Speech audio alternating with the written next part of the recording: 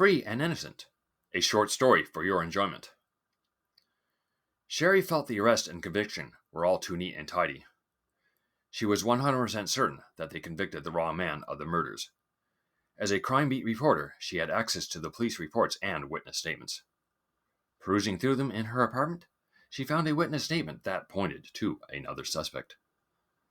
Someone supposedly saw a person in dark clothes in the area. The police neglected to follow up on this report, convinced they had their man. Calling the witness who saw the person in dark clothes yielded nothing. It went straight to voicemail. So Sherry went to that person's address, and on her arrival, there were police everywhere with crime scene tape blocking access. Her reporter's instincts knew what must have happened. The witness had been killed. A uniformed officer confirmed it to her. This brought it home to her that someone else had committed those murders and the wrong man was in jail. There was no way it was a coincidence that the witness who saw the person in dark clothing was himself murdered. She tried raising that issue with the investigating detective, only to be brushed off and told to stick to reporting. And in her report, she wrote this victim had been a witness to the murders that they had convicted Arnold Jones of. Sherry also mentioned that the victim had seen someone in dark clothing leaving the scene of a killing that Jones had been convicted of. In her story, she also added that she had investigated and found potential evidence that pointed to who committed the murders, and the police were ignoring it. With that done, she went home expecting a visit from the investigating detective, wanting to see the evidence. While it's hard for anyone to admit when they're wrong, no one wants to see an innocent person in prison. With the weekend approaching, she put on her favorite Friday night outfit, her little black dress, and matching heels. There was a new pub down the street she wanted to check out. Inside the pub, heads turned to check out the pretty lady as she sat at the bar.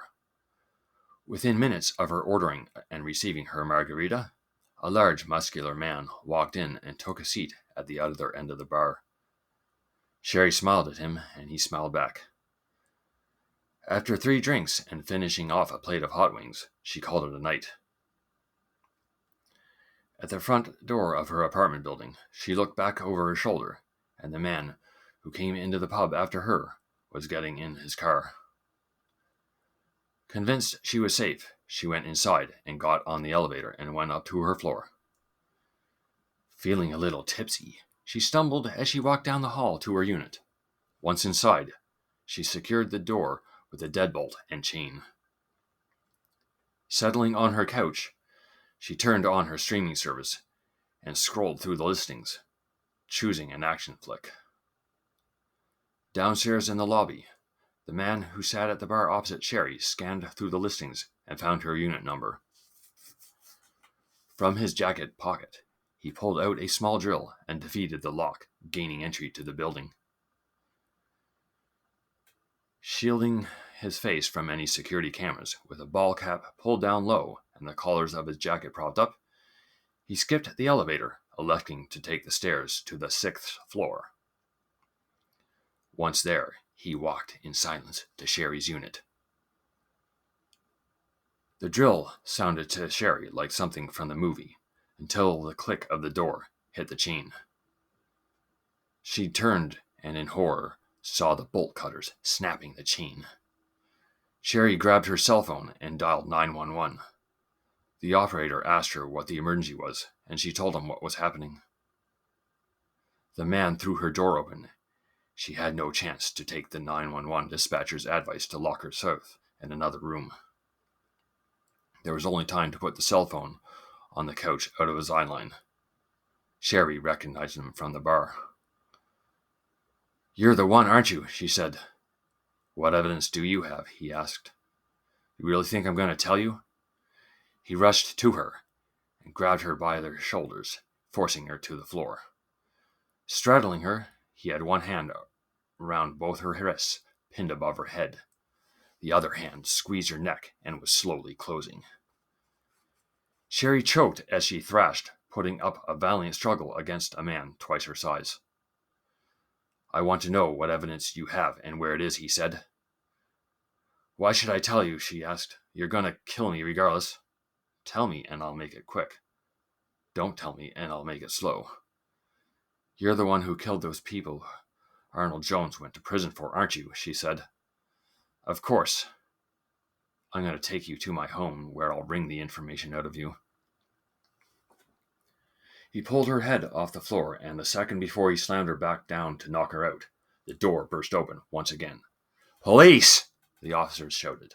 Let the woman go! The criminal turned to see 3 cops with their guns drawn, and with no choice but to surrender, he let Sherry go.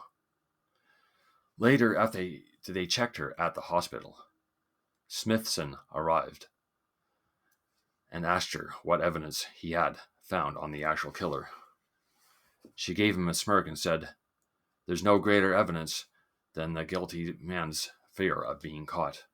The detective smiled back.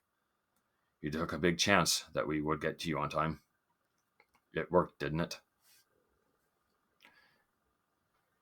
If you liked that story, check out my books here, No Remorse, No Regret, as well as No Rest for the Vengeful, and Witness on Protection. All links are in the description below. And don't forget to subscribe to my channel and like this video.